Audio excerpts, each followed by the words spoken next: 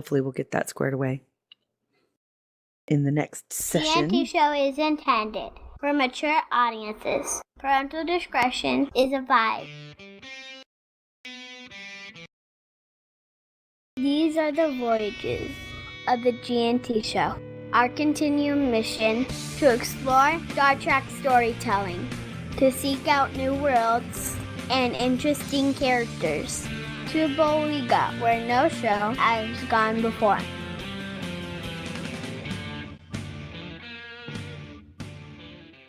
Live long and prosper, bitches. We gotta have her on. I know. She's so great. I love her voice. And that's Katie, everyone. Katie has been our bumper recording artist for pretty much the entire life of the show. And she started when she was like 4. and now she's graduating college. She's Pretty fucking much. driving or some shit. That's crazy. She wishes she was. Yeah, she wishes she was driving. She wishes that she was that old already. Yeah. So I take it we are live on all the streams? We are. Okay. Which is good. And I forgot to rename them, so they're all saying hour 1 again. But I'm just going to say this. Steve does a good job. So, fanfare? Compliment for Steve? What? I did Steve, did I not compliment you last year too? he did. From the Nanbako Theater in southern Branson, it's the 24 Hours of GNT.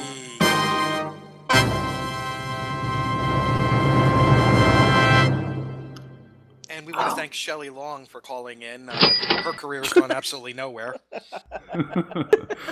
Last hour we had 2 donations, and so we want to thank both people for donating, but the winner of last hour's prize, which consists of property of the USS Enterprise mug and the set of TOS Fine Art shot glasses, is Robert Reyes. Yay, Robert! Thank you, Robert. Thank you very much.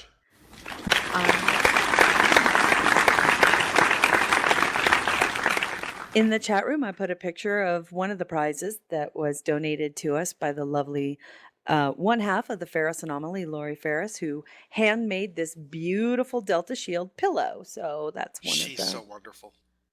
You are. And I still have your Romulan pillow, sweetheart. Sorry Thank you. about that. So let's move on. The GNT mailroom still operating at 0%. That's pretty much it. I'm sorry. I promise this year's prizes will go out faster than they did last year. And the reason why is because I have a whole bunch of those really awesome boxes from the post office that you just have to shove shit in there and go.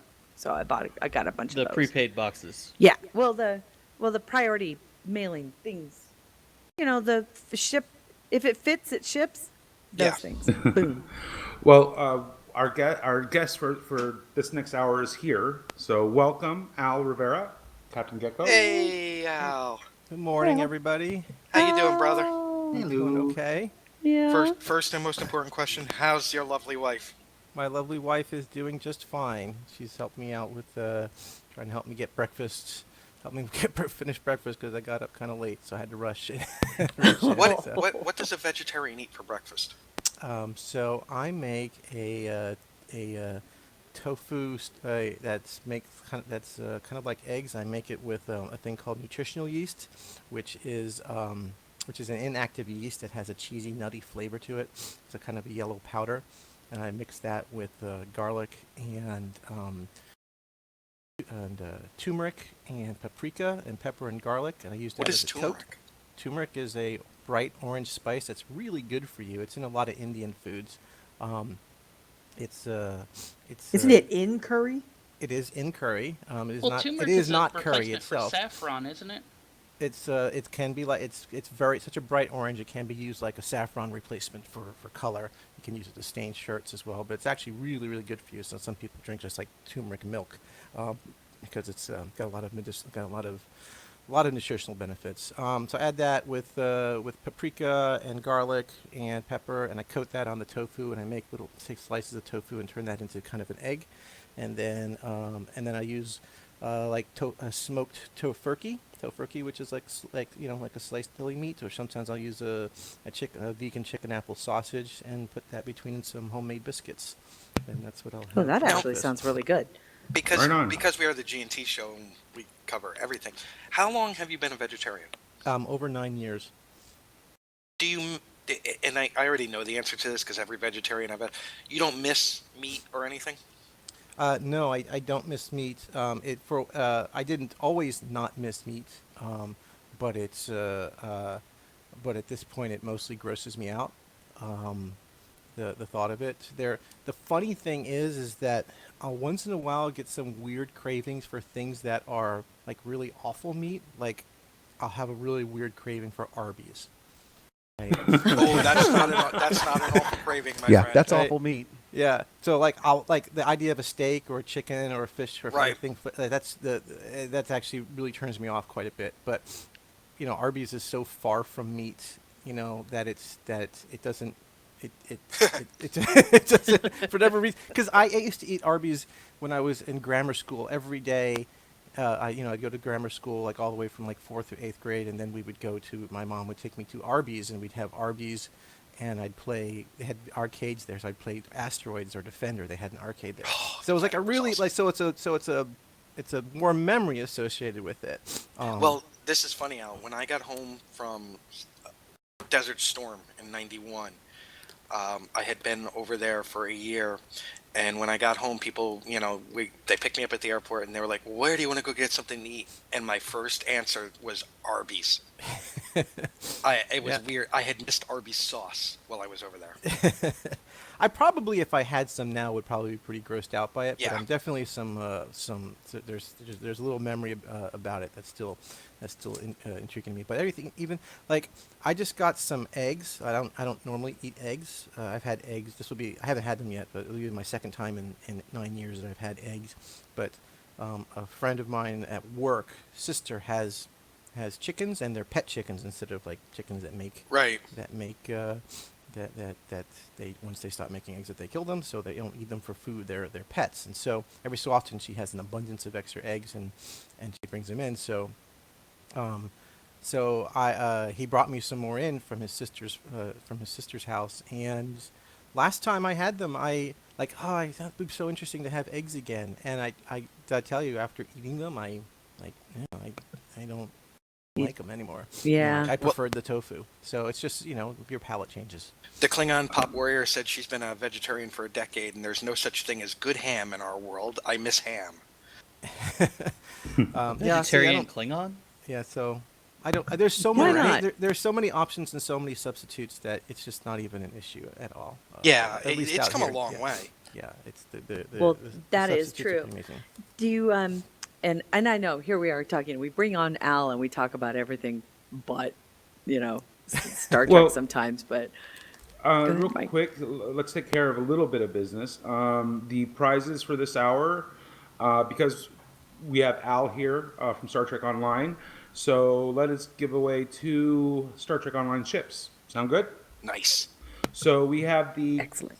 Crinum Imperium warship, Tier 6. This is one of the lockbox ships. And then also the Star Trek Online Bentham Assault Cruiser, Tier 6. Let's go with the Zal Heavy Cruiser, Tier 6. It's a low-buy ship, excuse me. Low buy ship. So a Nice. lockbox ships and a low buy ship, both tier 6, you guys. And by the way, Al, thank you to Cryptic, thank you to Yes. Perfect World for the Yes, thank you so donations much. to the show. It's very And you very- guys have always been huge Really supporters of great. ours, and we Thank you. appreciate it. Yeah, you're very welcome. I hope they serve you well, and I hope everyone enjoys them. I hope you have enough to last through the show.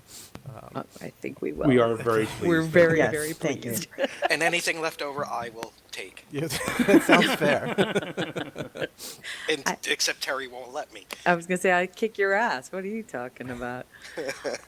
Al, it's great to hear your voice again. I'm glad that Yeah. you're back on the show. Congratulations on the release. I've been away. I've been in South Dakota all week, so I did not get to update my game this week She was being until this punished. morning. I was being punished.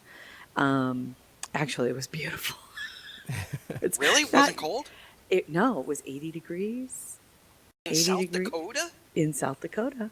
in South Dakota. It was 80 degrees, a little Welcome to breezy. global climate change, people. I'll tell you. So you haven't had a chance to play the latest episode? I have not. I patched my game this morning, and that was the last time I'd see. So, but I did jump in because I really wanted to see the lighting Al, pass. I haven't either because it was my birthday, and Yes, I thought it was your birthday. That's right. Happy birthday. Thanks. I think Terry, you're gonna love this episode. You're gonna totally love it. Of course, we all know Kipley Brown is in this episode. And it's kicking off a new story she's arc. okay. Yeah, she's all right. I managed to play it, and I really enjoyed it. But I had some. I didn't issues, say you some- would like it. I said Terry would like it. I played it as well, and I absolutely adored it. Yeah, I had. By a the few way, Al criticisms. Ross is with us. Ross Bullock from Love Okay, Love Play. From where? I'm sorry.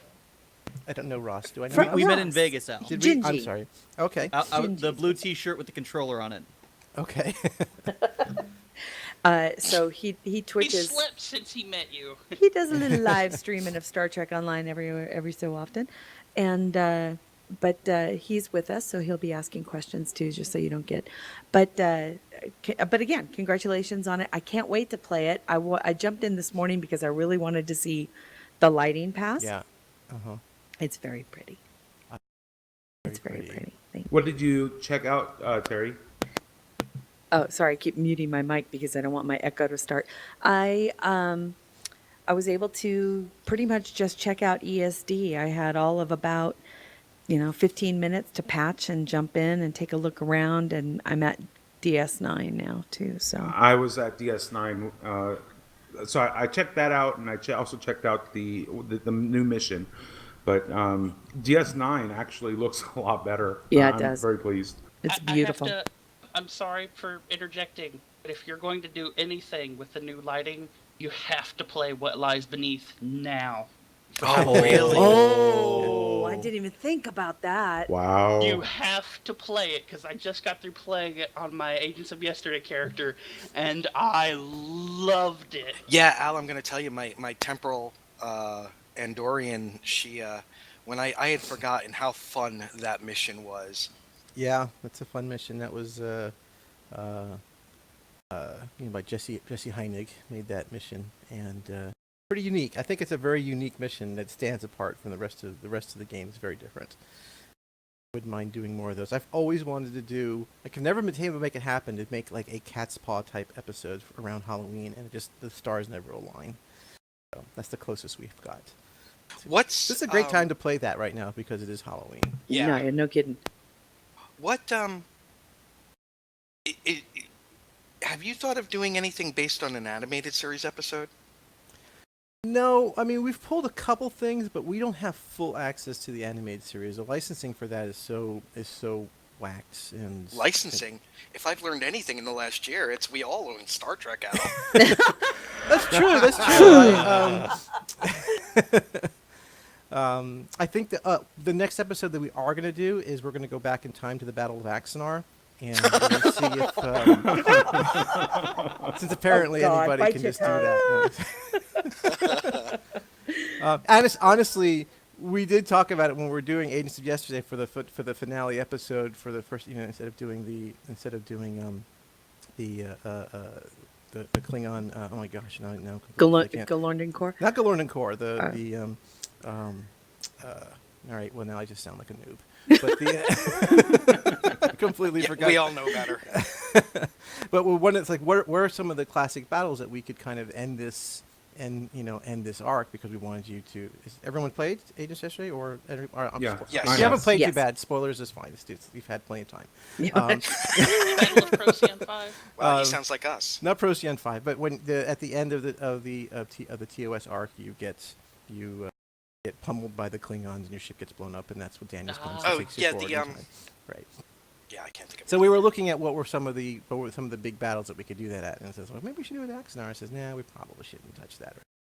So, but that was definitely one of the. But the timeline wasn't going to be quite right anyway. So, That's funny. It's funny that you guys. It's like we probably tossed could it out never there. like touch the Battle of Axanar like maybe for like 5 years or something, just because we don't want to. That just needs to be a hands off. It's for a a while. little touchy. It's a little touchy right now. Touchy. That's great. I'm looking forward to playing the new featured episode, which You know why I think you're Squirrel. going. Yeah, Miss Kipley Brown. I'm sorry for interrupting. No. I think the reason why I think you're going to love it is just I just feel like it's an episode up your alley. It's a very it's not a very pew pew episode, and it's probably one of the episodes I think that most plays like an episode of the TV show. Sweet. And It is great. It is great. where it's this kind of feeling of getting back to exploring and seeing things.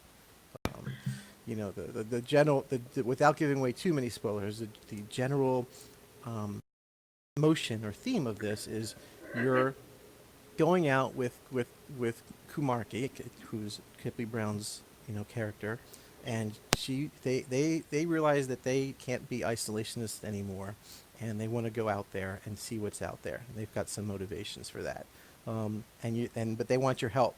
So you get to see what it's like to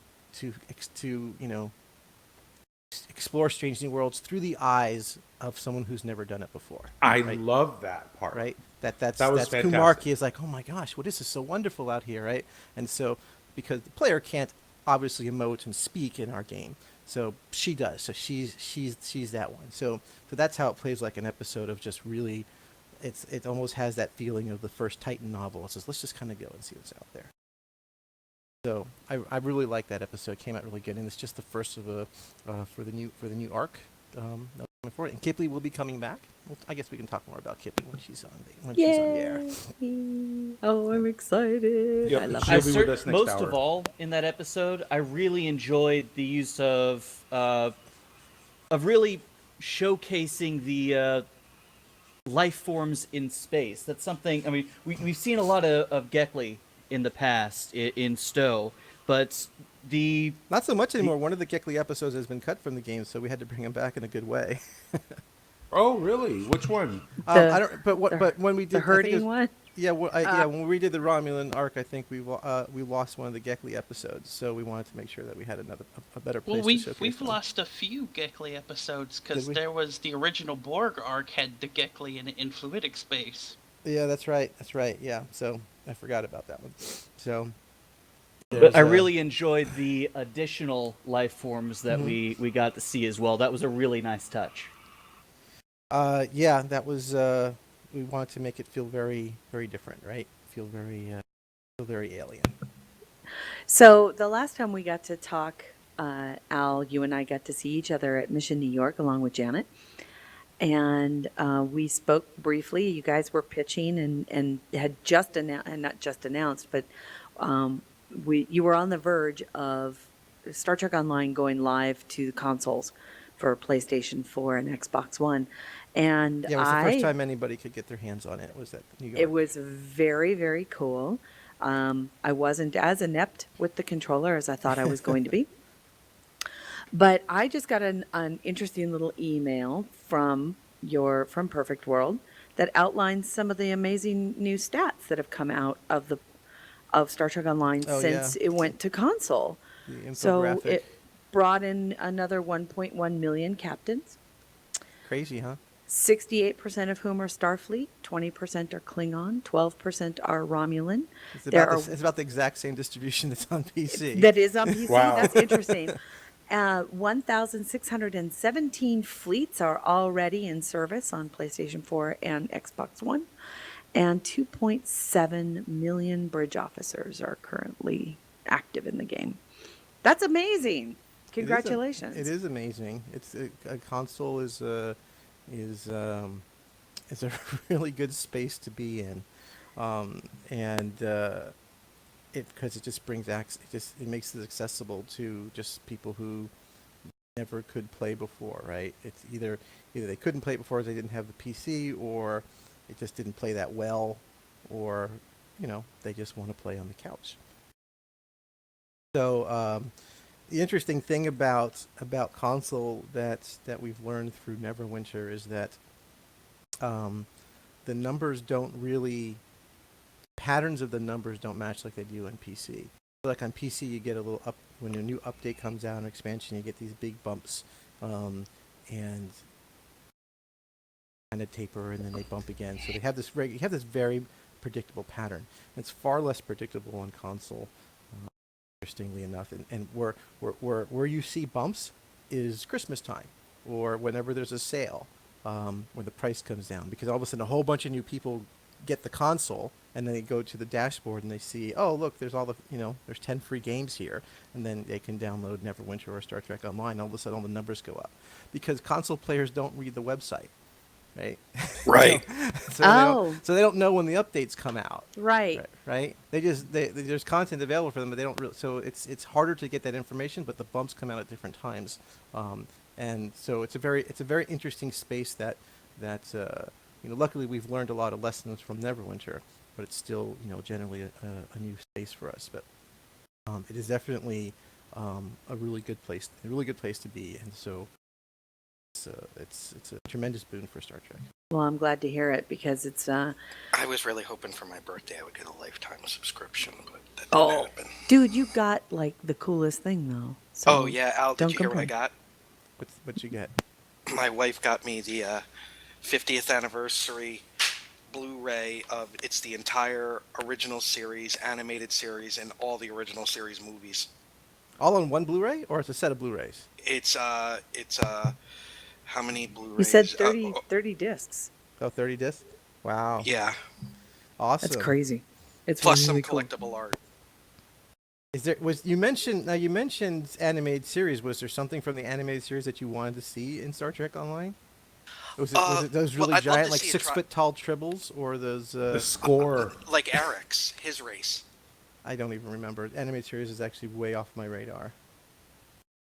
He's the Trilexian, the one with the 3 arms and the 3 legs. He, Okay. He took Chekhov's place at the Navigator. Did Chekhov, was he just like not on the show? Is that why they put him there? They couldn't get him. Oh. Or they couldn't afford to have him as well. That's what it was. But I'm sure Chekhov was really pricey. well, their budget was like nothing. That's why James Doohan did like the voice for Eric's. James Doohan did a lot of the voices on that show. Sure. Of the So did cast Nichelle members. Nichols. Yeah, she did Imress. It's not uncommon, right? But it's weird for them too. Did they? I don't even remember McCoy. I don't think they had McCoy on there. No, did he they? was on. He Yeah. was on there. Okay. Yeah, the big 3 were on, as was Nichelle Nichols and James Doohan and Takei.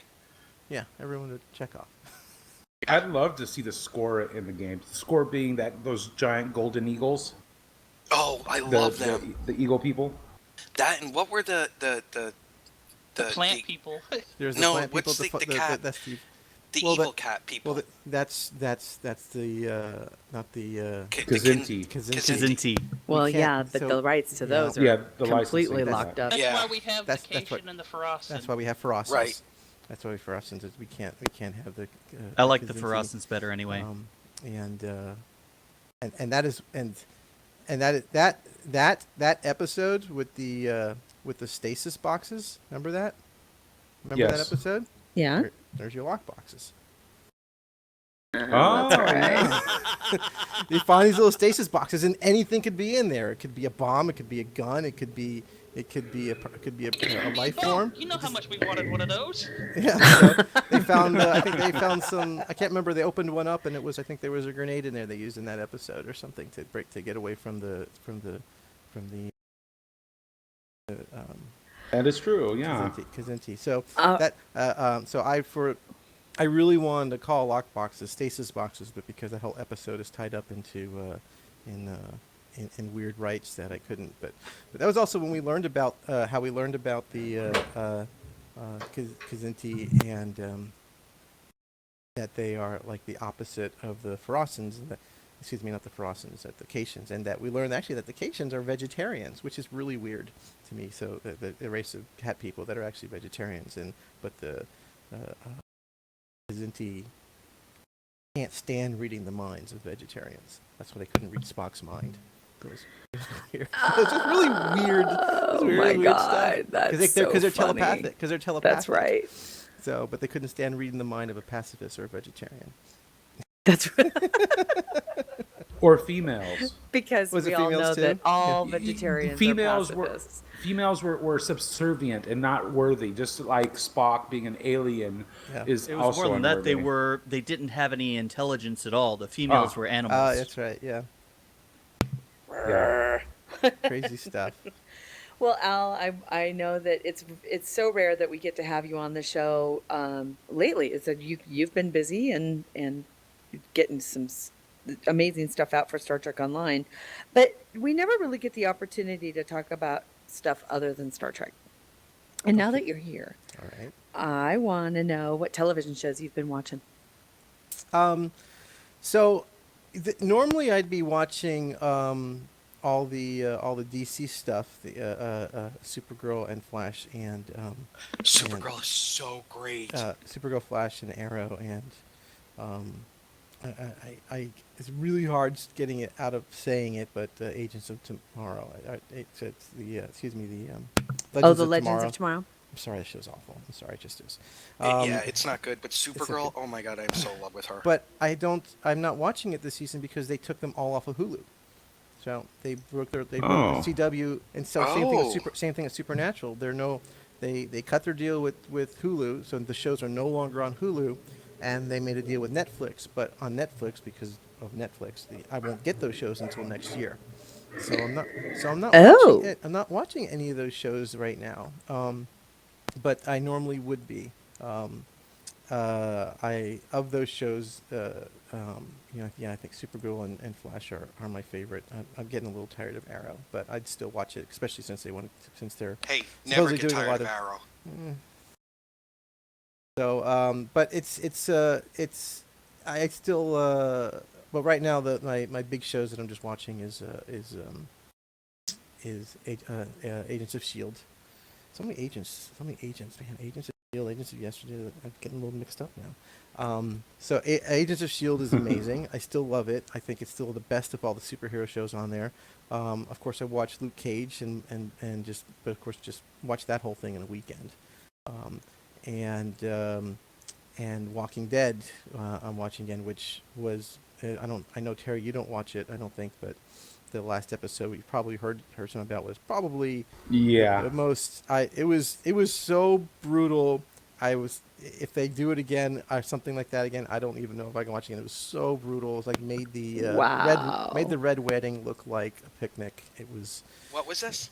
It was hard to watch. The Really hard to last episode of The Walking Dead. Oh yeah, I loved it when he jumped on the guy hanging from the noose.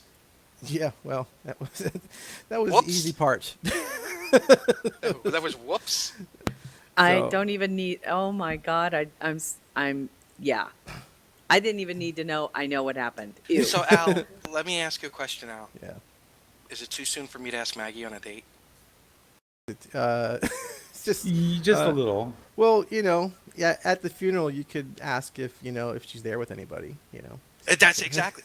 Hey, Hey, you with anybody? Come on, what are you crying for? Come on, we'll go out. We'll get a pizza. It'll It'll be all be interesting good. to see what they. I think her character's going to transform. Oh yeah, because she was But yeah, so And- that was a brutal episode. Do you watch The Exorcist? I don't watch The Exorcist. No. We are really enjoying The Exorcist and Lucifer. My wife loves both those shows, and she's got me into them. Is Lucifer's Lucifer hilarious, and Jerry Ryan is. I mean, not Jerry Ryan. Trisha Helfer's on it. Is it good? It felt like a very anti-hero. Well, I don't even know if it's an anti-hero. I mean, it's Lucifer. It's right. He's Lucifer, but Yeah. It's funny because. He's a good Lucifer. Well, no, he's not, but he is. That's the whole point. He's designed to be this good guy, looking good guy, but he's Yeah. really doing all this bad crap behind the scenes. Right. But he's also doing good things behind the scenes. Like, he's helping solve murders. He's working with the police department. I probably would check it out. I generally don't enjoy watching shows where the main characters are terrible people. But he's not a terrible person. He's Satan. How much? He's not a I terrible guarantee person. you. That is terrible as they're supposed Hey, to get. in the Star Trek the animated series, there is an episode where Satan is actually a good guy. I'm just saying. Let me just say this. He's a better person than Kevin James in any of his series. Okay. But like for instance, like I really liked Breaking Bad, right? I mean, it was a amazingly well executed show, but I still had a hard time really connecting with the characters, all the characters, because at first you felt bad for them when they get in the situation, but then they got so bad that it's like they should probably all die, and I didn't really feel bad. I didn't like, as opposed to what happens on Walking Dead, where it's like these people, you know, when something terrible happens to good people, it's like every time something bad happened to one of these people on Breaking Bad, it's like, yeah, they pretty much deserve that, and I don't connect with them. So I just don't connect with them when the characters are really awful. So that's just I like watching a show of a hero who's trying to overcome adversity as opposed to someone who's creating the adversity. I think it makes agree with you more. You know how I feel. Yeah, I think it makes good, interesting television, but a whole series of it, it just gets too exhausting for me, and I kind of I don't get connected. Al, Matt Yes. Anderson in our chat room has shared a link. He says that you can watch all of those shows on cwtv.com. For free. Usually you have to log in with your cable provider to do that. But if that's, I'll check it out to make Check sure. it out. Usually they'll put them on there, but then it said I'll log send in, you- put in your I'll send you- Comcast account, and then they let you. I'll watch send them. you my info out. All right. Don't say that stuff over the air. Oh, sorry. Is there something that's come out recently, something you've read, watched, listened to that you've been particularly excited about, that you really liked, that has come out? Well, I think characters that you like or inspired by. I think what well, I mentioned it. The one that was amazing was Luke Cage. Did you watch Luke Cage yet? God, it's great. It's an amazing show. cheesy.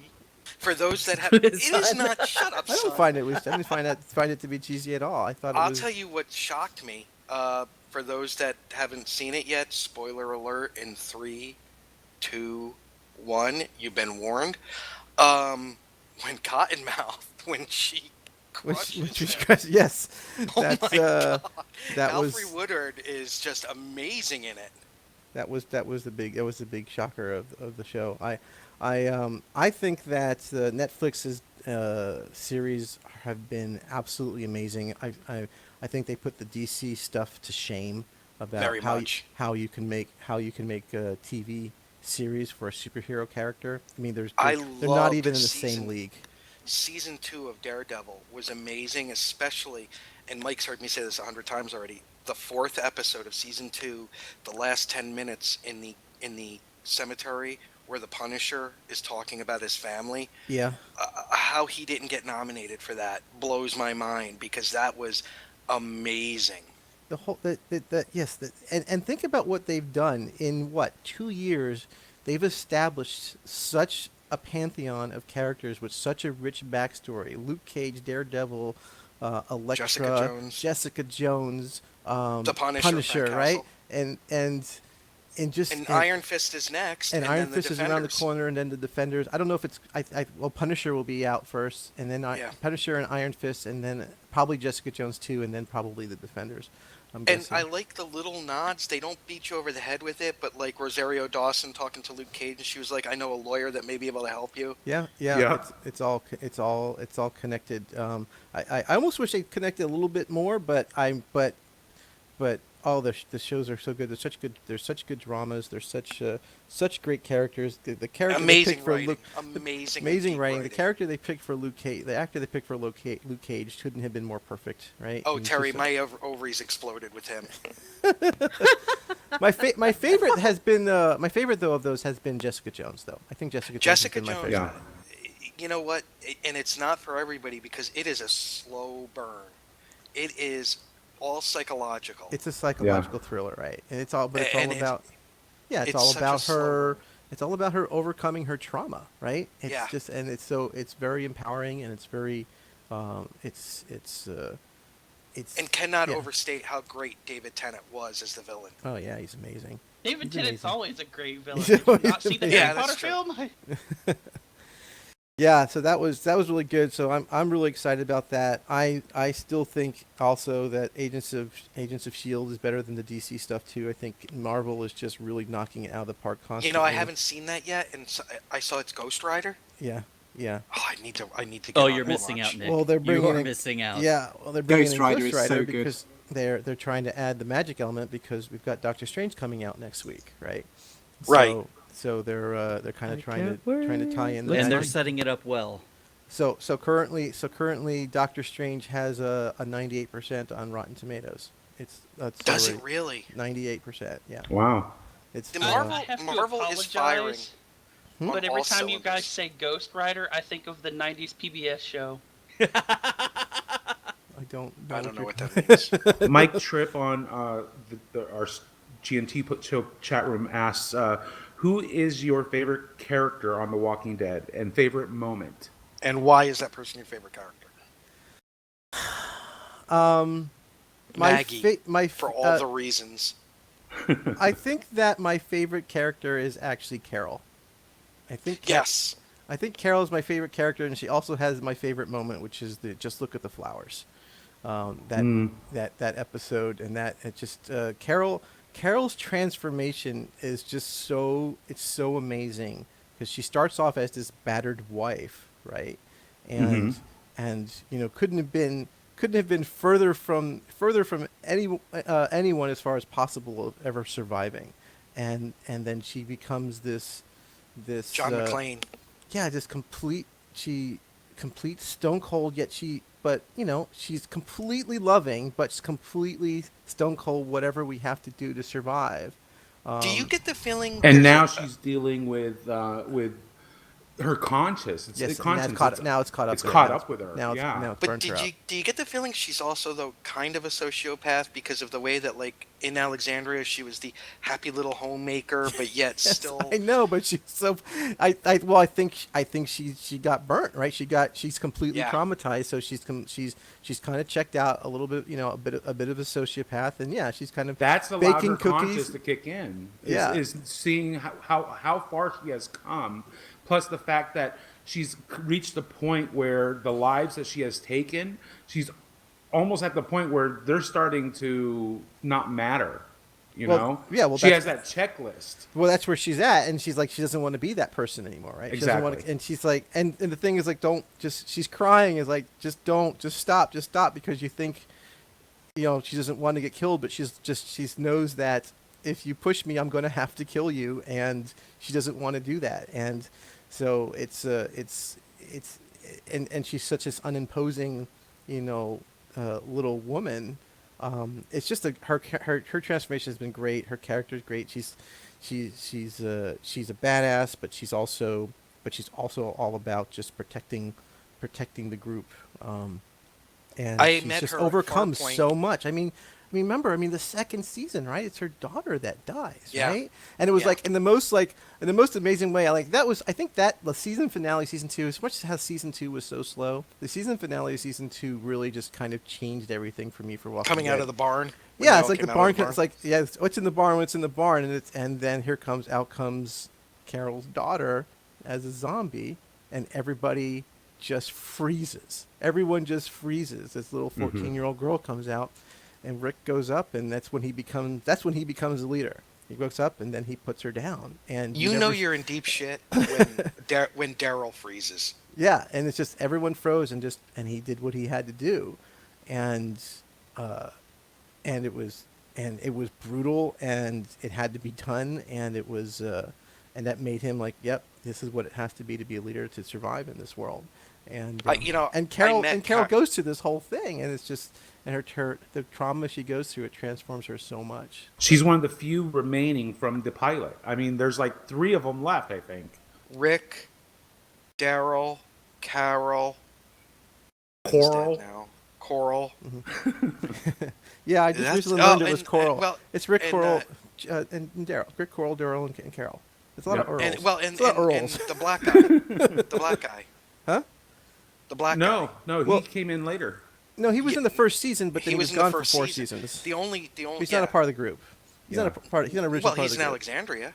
Yeah, but he wasn't with the group for 4 seasons. Oh, so, I see what you're saying. Yeah, he was there for he was like in 2 episodes or 3 episodes in the beginning, and The then guy from the house. yeah, the guy Yeah. from the- yeah. I've Now, got a lot to catch up on, so this is new. Okay. Spoiler. I used to know he lived. I met Carol at Farpoint a couple of years ago, and she is so incredibly shy. yeah. She is incredibly shy, and she was actually working behind the camera. She was a behind-the-scenes person, and they asked her if she wanted to do it, and she wasn't really sure. And look at what they've done with that character. She was in. Did you guys watch?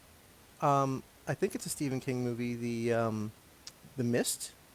Oh, Yes, yes, Which is movie. great. Which kind of like Yeah. this kind of almost this Half-Life Cthulhu kind of story, right? Stephen King said when he I never saw even that. thought. What a great Stephen King, when he description. said when he saw the movie, Yeah. he watched the ending and said, "Son of a bitch! I wish I had come up with that." but But that was Frank Darabont, Oh, the wasn't same his guy ending? that does Walking Yeah. Dead, who did The Mist. Anyway, Carol's in that movie. Yeah, She's in that movie, so that was when I watched that recently again. I said, "Oh, look, it's Carol." She's like she Aw. plays one of the mothers who runs off, but she actually ends up surviving. She runs Marcia off Gay into the Harden's fog. in that too. I don't remember who that is. Oh, Nick, would. you need another shot. Oh boy, hold on. From who? Casey Cafferty. Do you guys you're actually taking shots throughout this 24-hour G&T thing? Nick- well, he is. Nick is. I For might have to a- fill in for him For though, a from donation time of to time. $50 or more, yeah. Oh, All right, okay. hold on. Oh, okay. Well, here we go. Hold on. Oh, Oh, Vanilla boy. vodka. thank you, Casey. Well, that's not too bad if you do this once an hour. You can stay somewhat, legit. So I don't think I've been on the show since New York, have I? No. Yeah, So tell me what's going on. I listened to your analysis of Star Trek New York, and I think you were really spot on as far as Oh, thank you. how the difference between that and creation. Invasion, right? I think they on the back end so much better dealing with New York, right? Just so much better. They're so much more responsive, so much more professional, so much Right. easier to work with. Right. I mean, I couldn't get tickets for Vegas for the team until I couldn't even get a response about getting tickets Jesus. until like a couple weeks before, and then it was this nagging and this fighting. It's like, oh, are you a licensed So CBS frustrating. product? It was, and I had a whole And, like, team are going. you I had a whole kidding? team You don't going. know this? It was so bad. It was such. And finally, I got in touch with someone who was able to help me out. But Good. but it was such a mess. It's so frustrating. It's nerve-wracking too because we're making commitments. We're built. You get vendor passes. So I know I can get 4 people in a booth. So I know In a that. booth, right. But or 2 people for a table. But I've got a whole team I need to bring down, especially if we're going to go do a panel, which we didn't do this last year. But that usually takes a lot of people. That's 3 more people plus actually probably 2 more people for support for that. And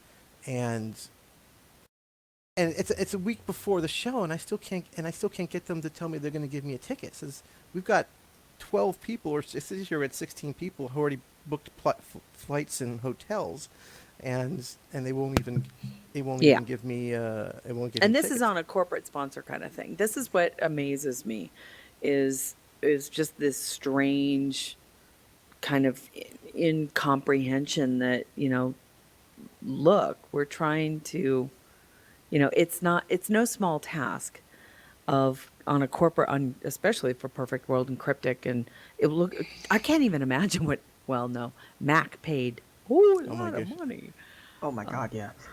To have that booth, that thing there this year. Yeah, that was Oh special. my God. That thing was massive. It was massive. So it's just very frustrating.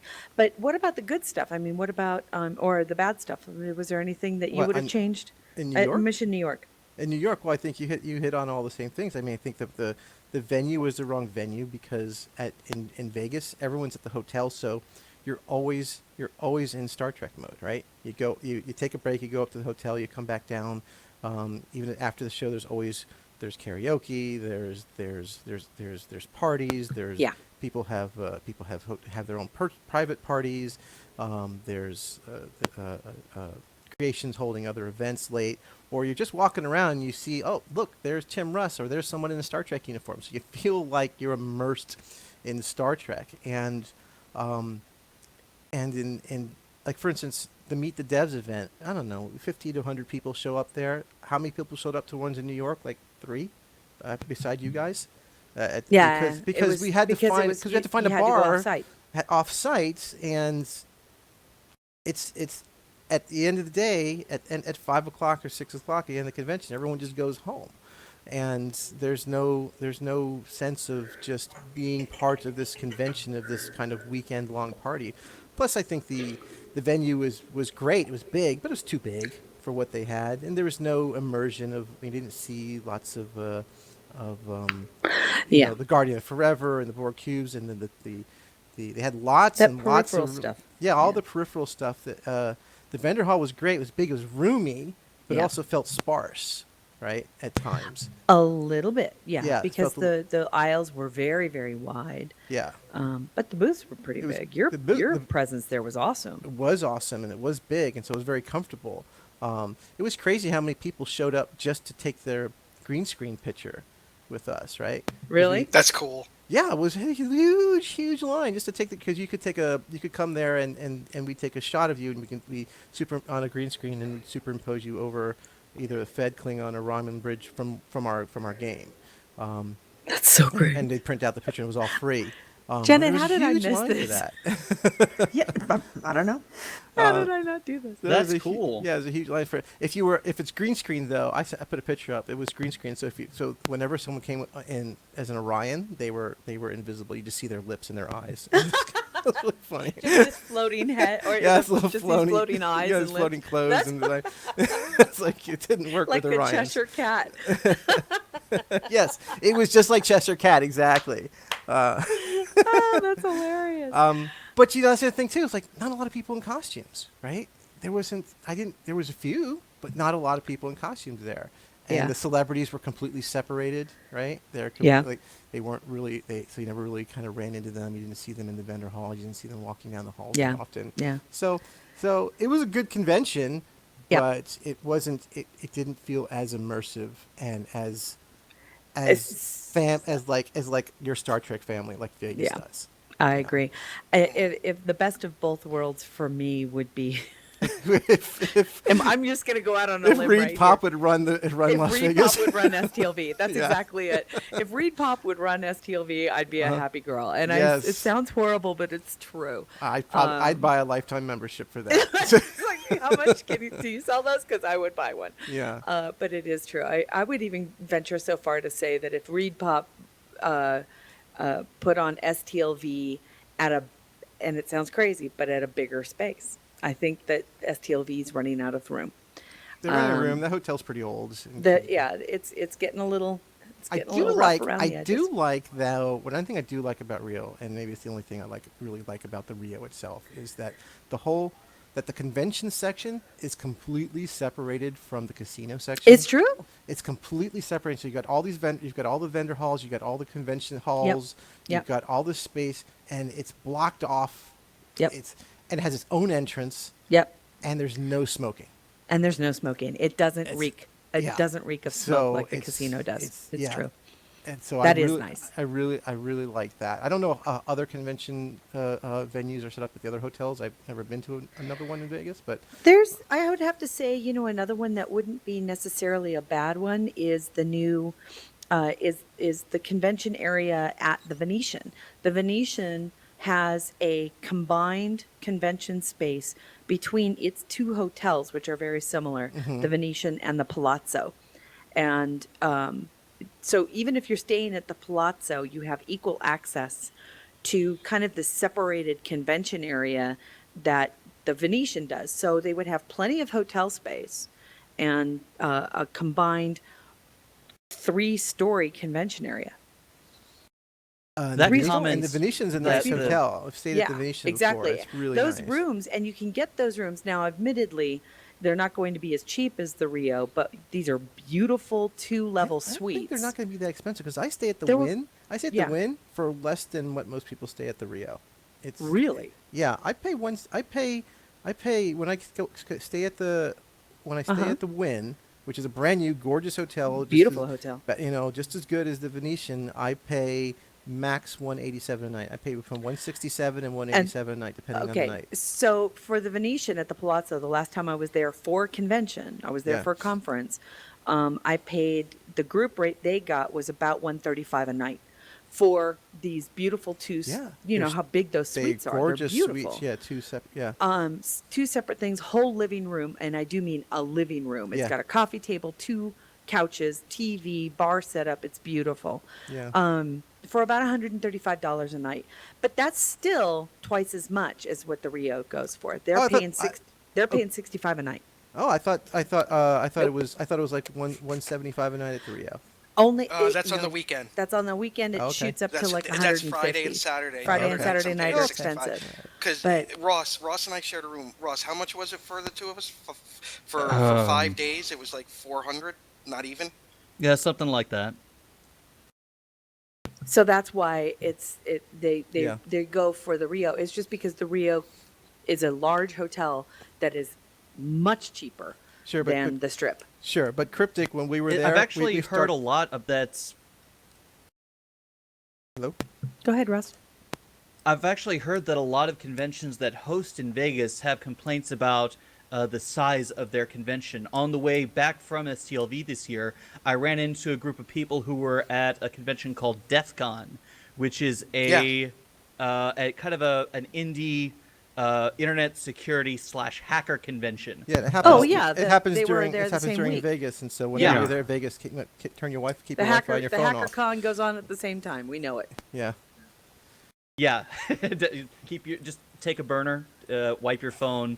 One of the women I talked to had a RFID reader embedded in the top of her hand, but they had What? the same. Yeah, she was Huh? she was into biohacking. Had magnets embedded right under her skin layer and her fingertips, so after it healed, she can actually feel electromagnetic fields around her. Was she at least hot? It's pretty cute. But they, as I was talking to them, they were saying the same thing we were about STLV, how it's a great convention, but it's starting to get too small for the Rio, because DEF CON was at the Rio before they moved to, I think they were in Caesars. Yeah, well, when we were there, the team started taking pictures of like everything that was broken, and then we decided let's just start taking pictures of things that's not broken, because there was always like a broken lamp, a sconce, or torn carpet or something in one of the rooms, and so there was always it's starting to show its age, or it shows its age a long time Yeah. ago. And Yeah. and they aren't putting like who owns it? Caesars? They've still never replaced Yeah. McFadden's. They- TGI McFadden's. Well, they exactly. They're just not putting the money back into that property at all. They're not putting any money into it.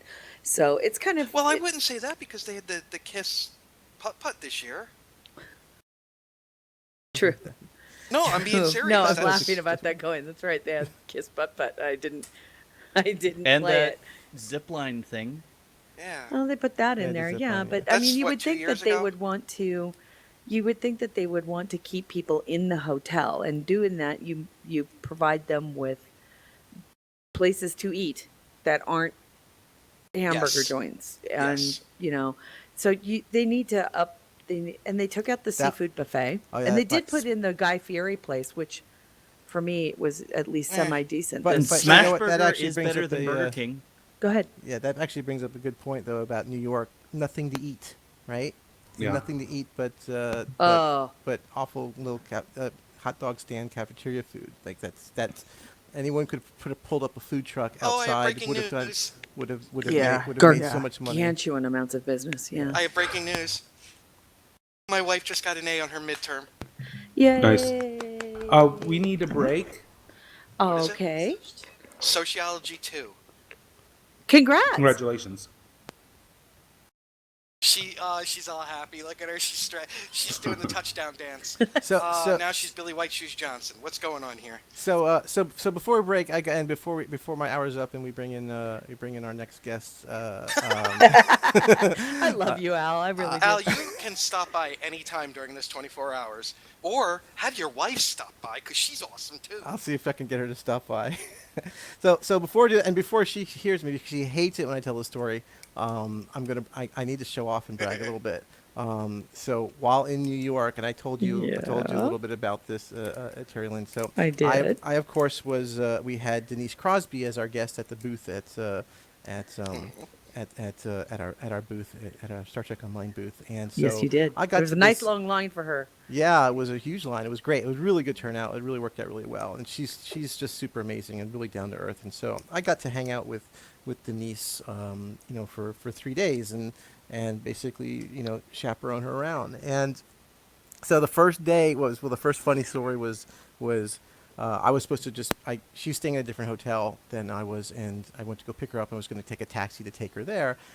But she was staying at the hotel where all the rest of the cast members were, all her TNG cast members were. And so I got so she said, "Oh, we'll just take the limos with the cast members." So I said, "Okay." And so I'm there with Cicero, Jake Sisko, and Sarah John. Crofton? Okay. No, and John Delancey, and there was a couple other lamos that were in a train. So there was a couple other people there, and if you remember the cards, the passes had pictures of the cast members on them, right? Yes. Right. So depending on your cast member, if you had a Kirk, you had this pass. You had a. And we had Borg. Yes, and so the backstage pass was Q. It was a picture of Q, and so we come in through the back entrance, and the security guards won't let John Delancey in. They said he's not on the list. And John Delancey's sitting there so grumpy with his hands crossed, and everyone's saying like, he's on the pass. That's him on the pass, right? Oh my God. That's his picture. Because the whole crew, no one knew any. Well, they didn't know any. They didn't know it. I mean, it wasn't like Vegas where everyone, where they've all worked with these celebrities for. So that was like. So I go in the back, and then what happens is, and this is my story that my wife hates me telling, is that Denise would want to take lunch breaks. And so where do you want to go lunch? I said, well, let's just go to the commissary. So I go with her backstage and got to eat lunch with with all of the celebrities back there. And I felt so awkward, felt so fish out of water. So because I'm basically sitting at the table with Jonathan Frakes and Robert McNeil and Gates McFadden and what's her name Marina Sirtis, and Nana Visitor and so all everyone is there, all there just eating and Walter Koenig gives me half of his chocolate croissant. You want to split those with me? I said, yeah, I want to split that with you. Totally. Right? And so it was such a nerd out moment, and I would have flipped out. I was so flipped out. I'm like standing there with like my with like sitting on my hands like I can't. I gotta act cool. And I totally don't want to act cool. You don't want to say anything because you don't want them to think you're a geek. Yeah, I don't want to think I'm a geek fanboy. And I'm like, now I've met a lot of these guys when I work a lot. I've worked with some of them. Some of them knew kind of who I were because they worked with me, and I've but I haven't really met them. Walter. Yeah, Yeah, I've worked with Walter. I've talked on the phone with Walter. I've talked on the phone with Picardo and Robert Duncan McNeil and all those guys, but I've never really met them. Right? Some of those I've only met a handful who've come in before. Oh my God, there's stories I want to tell you that I can't tell you on the air, but there's so much gossip and drama behind the scenes back there. There's so much gossip and drama. I'm listening to these conversations. We're going to take a short break. But for you, Nick, I got to tell you, you know who looked amazing back there? Who absolutely amazed me and blew me away? It was Nana Visitor. Looked She's so amazing. I thought you were going to say Nicole did. DeBoer.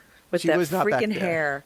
Her hair with the two color, with the silver in the front and the Yeah. black. Oh my God, she was amazing looking. Al, speaking of the crew and everything, Bob Picardo was on Lucifer playing a Russian.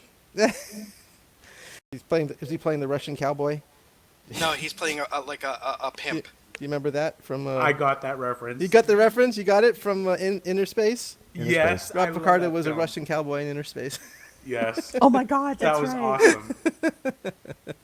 You don't realize. Good Okay. pull. All right, I'm sorry to take it on a Super- sidetrack, no, but I had to that's tell great. a story. It was just That's such a, awesome. Apologize, it's Al. such We a love you. completely So just a completely jealous. nerd story. And Nerd. like, And that's oh. why we love you. If there's ever, again, it's great to have you on the show talking about not just Star Trek Online, but your love of all Yeah. things geek and nerd. It's so nerdy. And, yeah. and if anything. Watching Jonathan Frakes completely trolling Walter Koenig. He says, Walter, since you're going to be reading a live dramatic interview reading of